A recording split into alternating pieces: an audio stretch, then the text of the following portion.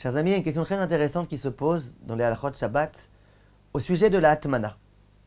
Imaginez une personne qui aimerait réchauffer un biberon.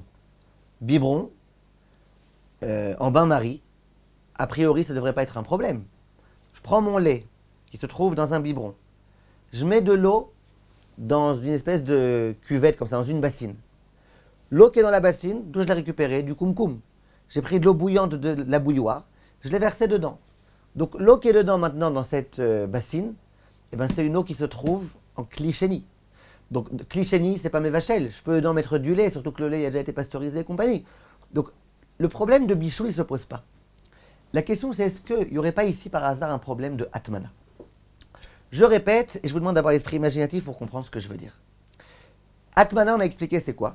Si par exemple, j'ai du lait qui se trouve dans ce verre, et que du lait chaud, et que maintenant je décide de mettre tout autour de ce lait, je décide de mettre tout autour des couvertures, et là on considère qu'il y a peut-être un problème de hatmana. Si le lait est très chaud, il y a un problème de hatmana. Alors là, il y a une question qui se pose. Je veux prendre du lait, disons même du lait chaud, comme ça on évite tous les problèmes, et je veux le mettre dans cette bassine-là. Alors quelle peut être la problématique? La problématique c'est que si je considère le lait qui est dans le biberon comme étant du lait, le biberon comme étant un ustensile, l'eau qui est tout autour et qui est chaude, peut-être qu'on pourrait considérer ça comme étant une couverture. Finalement, après tout, qui a dit que couverture c'est forcément couverture? Et si le mode de couverture dont je veux me servir c'est autre chose qu'une couverture, c'est de l'eau par exemple, pourquoi pas? On a dit qu'il y avait de l'atmana avec des braises, il y avait de l'atmana avec des couvertures, avec des nappes, avec ce que tu veux, avec des vêtements, avec des vestes. Pourquoi pas avec de l'eau? Et donc on considérait que là j'ai mon biberon, dedans j'ai du lait, et tout autour la couverture c'est quoi? C'est l'eau. Et l'eau chaude en plus de surcroît. Est-ce qu'il y a un problème ou pas? Alors je vais vous dire, la Gemara, elle dit explicitement que c'est permis. Comme ça la Gemara dit. La Gemara elle dit que de prendre un biberon, de prendre un ustensile dans lequel il y a de l'eau par exemple, et de le mettre dans un liquide chaud, qui n'est pas clirichon, sinon ça va réchauffer complètement tout le biberon, et que c'est autorisé. Donc a priori, il n'y a même plus de question, ça y est, la Gemara elle dit que c'est autorisé, c'est que c'est autorisé. Alors maintenant écoutez bien. Le Chafetz Chaim vient et dit que c'est interdit. Il dit de façon explicite, c'est interdit, il ne faut pas faire ça. Alors vous allez me dire, comment il va interpréter la Gemara? La Gemara elle dit que c'est permis. Le Chafetz Chaim dit, il n'y a pas de problème. La Gemara de quoi elle parle? De Hatmana bemiktsat.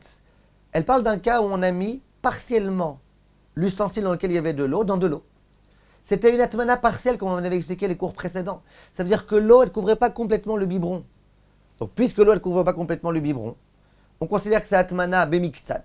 Et nous, on considère, nous les Ashkenazim, que atmana bemiktsat, c'est autorisé. Donc, il n'y a pas de contradiction. Moi, Chafetz Chaim, j'autorise, si l'eau, elle n'est pas jusqu'en haut du biberon.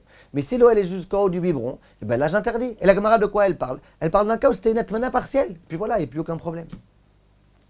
Le Chazon Ish, il dit, d'accord. Mais ça c'est bien d'après l'opinion qui pense que Atmana bemiktsat ne s'appelle pas une Atmana. Mais d'après ceux qui disent que Atmana bemiktsat s'appelle une Atmana, même une Atmana partielle c'est une Atmana. Telle est l'opinion du Shulchan Aruch, souvenez-vous. Telle est mon opinion, dit le Chazon Ish. Alors qu'est-ce qu'on fait? Donc cette Gemara tu ne peux plus l'expliquer. Tu n'as aucune façon de l'expliquer. Même si tu veux me dire que c'était une Atmana partielle, que c'était un tout petit peu dans l'eau, mais même un tout petit peu c'est déjà interdit. Qu'est-ce qu'on va faire? Dit le Chazon Ish, tu vois de là un point important. C'est que En Atmana bemashkim. Ça veut dire quoi? Ça veut dire que quand la matière qui devrait être une atmana, c'est pas une matière de atmana du tout, c'est de la boisson, c'est de l'eau, ça ne s'appelle pas atmana. Ça ne s'appelle pas atmana. Et donc, d'après le Shulchan Aruch, il n'y a pas de problème de atmana dans un tel cas. Donc tu peux prendre ton biberon et l'enfoncer complètement dans l'eau, complètement l'immerger dans l'eau, il n'y a plus aucun problème de atmana. C'est la raison pour laquelle le Rav Ovadia et le Rav Ben Sion Abba Shaul, le Chazon Ish, ils disent qu'il n'y a pas de problème. On a le droit de prendre le biberon, de le mettre complètement dans l'eau. Que le biberon soit chaud, que le biberon soit froid. L'essentiel, c'est que, évidemment, on ne le mette pas dans un klirichon, qu'on le mette dans un kli-sheni. Que l'eau soit dans un kli-sheni et qu'on mette dedans le biberon. Voilà, ça c'est le cas qui est important à comprendre. Maintenant, je vous demande de bien écouter. Imaginez que Shabbat, j'ai des knaïdeler, d'accord, des petites boulettes, les boulettes que les Ashkenazim mettent dans la soupe. Elles sont un peu froides et je veux les réchauffer. Je me dis, c'est quoi le problème? Je vais mettre un petit peu de soupe, de bouillon, de pot-au-feu, dans une casserole, en kli-sheni. je mets dedans mes boulettes et elles vont se réchauffer. Est-ce qu'on va dire que d'après le Chafetz Chaim, qui interdit l'atmana avec de l'eau, on va dire, ah, t'as fait une atmana, t'as pris ta boulette, tu l'as mis dans de l'eau? Ça, on ne dira pas.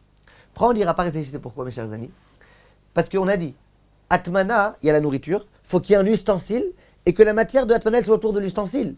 Mais là, le knaï d'Eler, la boulette, elle est elle-même dans l'eau. Elle est elle-même dans la atmana. C'est comme si tu mets une couverture autour d'une boulette. On n'a jamais vu qu'il y a un problème de atmana dans ça. Donc, ça, c'est autorisé. Surtout que c'est la même matière, c'est-à-dire que c'est de la soupe. Tu as de la soupe avec des boulettes. Tu ne vas pas dire maintenant, j'ai pris mes boulettes, je les ai chauffées avec de la soupe. Tout ça, c'est une seule entité. Bon, je vous pose une autre question.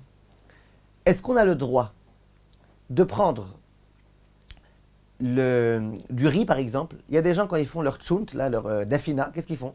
Ils prennent du riz, ils mettent leur riz dans un sachet, et ils mettent le sachet dans la dafina. C'est-à-dire que depuis vendredi, ils prennent le sachet, avec du riz à l'intérieur, et ils enfouissent ça complètement dans la dafina. Il y en a qui font ça avec la kitschke. Kitschke qu'ils mettent dans le tchunt, ils prennent la kitschke elle est dans un aluminium, et après ils prennent l'aluminium et ils le mettent dans la casserole. La problématique, c'est la même. C'est quoi la problématique?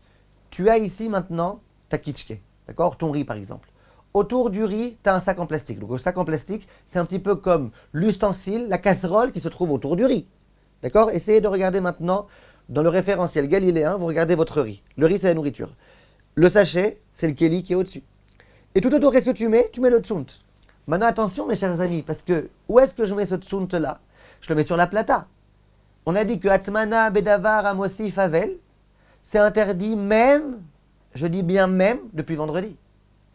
Donc ici, ça va chauffer. C'est-à-dire que si je considère cette matière qui s'appelle le tchunt, qui est complètement autour de ce sachet en plastique dans lequel il y a le riz, si je considère ça comme étant une atmana, et bien ça s'appelle une atmana chauffante, une atmana comme une couverture chauffante. Et même vendredi, ce sera interdit. Comment les gens ils font pour mettre ça dans le tchunt? Alors tu vas me dire quoi? Tu vas me dire ils font exprès que ça sorte un petit peu comme ça, c'est une atmana bemiktsat? Non, ils font pas exprès, ils mettent complètement dedans. La kitschke, elle est complètement immergée dans le tchunt. Comment les gens ils font? Or il y a des poskim qui ont voulu dire, eh ben, il faut faire des trous comme ça dans l'aluminium. L'aluminium dans lequel il y a la kitschke, vous verrez beaucoup d'ashkenazim qui font ça. Il faut faire des trous dedans. C'est quoi le but de faire des trous? Parce que quand tu vas faire des trous, du coup, la kitschke elle va donner du goût au plat. Le plat il va donner du goût à la kitschke. Et d'une certaine façon, tu considères ça comme étant un seul élément. Tu ne peux plus considérer comme étant j'ai ma kitschke, c'est ça qui m'intéresse, et autour j'ai une matière chauffante. Non, tout ça c'est une seule et même matière. Comme ça, il y en a qui font. Il y en a qui disent, pour le riz pareil, pour le sachet du riz pareil, il y en a qui veulent dire faire quelques petits trous comme ça, l'un donne du goût à l'autre, l'autre donne du goût à l'un, etc. Puis comme ça, ils sont ensemble. Mais il y en a qui disent que c'est même pas la peine de faire ça, beaucoup de poskim disent que c'est pas la peine de faire ça. Premièrement, si on considère qu'il n'y a pas de atmana be'ochlim, eh ben c'est pas la peine de faire ça. Si on considère qu'il faut une vraie matière de atmana, pas de la nourriture, il n'y a pas de problème. Deuxièmement, beaucoup veulent dire la raison pour laquelle tu mets ton riz, excusez-moi, dans un sachet. C'est pas parce que tu veux une atmana. Pas parce que tu veux que le riz soit dans le sachet et que le tchunt réchauffe le riz. C'est pas ça. C'est que tu veux que le riz se mélange pas avec le reste. Donc le sachet il est juste là pour séparer. Mais c'est pas que moi j'ai pas envie, c'est pas que j'ai envie de chauffer le blé et que je mets autour le tchunt. C'est pas ça. Moi ce que je veux c'est qu'ils soient chacun, qui se mélange pas l'un avec l'autre. Donc ça ressemble même pas à une atmana. Ça s'appelle même pas une atmana. Donc je considère tout ça comme étant un seul plat. L'un donne du goût à l'autre, l'autre donne du goût à l'un. La raison pour laquelle je mets comme ça, c'est pour pas que ça se disperse complètement dans le plat. Et donc, beaucoup de poskim disent, il y a bichlal, pas de problème. Si vous voulez être mahmerim et faire quelques petits trous dedans, c'est possible. Mais en plus, je vous répète, d'après Sfaradim, tout le problème, toute la problématique de Atmana, elle commence même pas, comme on l'a dit avec le Chazonish, à propos du biberon. Et puis comme on pourrait le dire aussi à propos de nourriture, de la nourriture solide. C'est pas du tout évident que dans la nourriture solide, on puisse parler, bichlal, le problème de Atmana. Et donc, on a compris comment ça se fait que les gens se permettent de faire ça. Comme tous mes chers amis, et à la prochaine fois.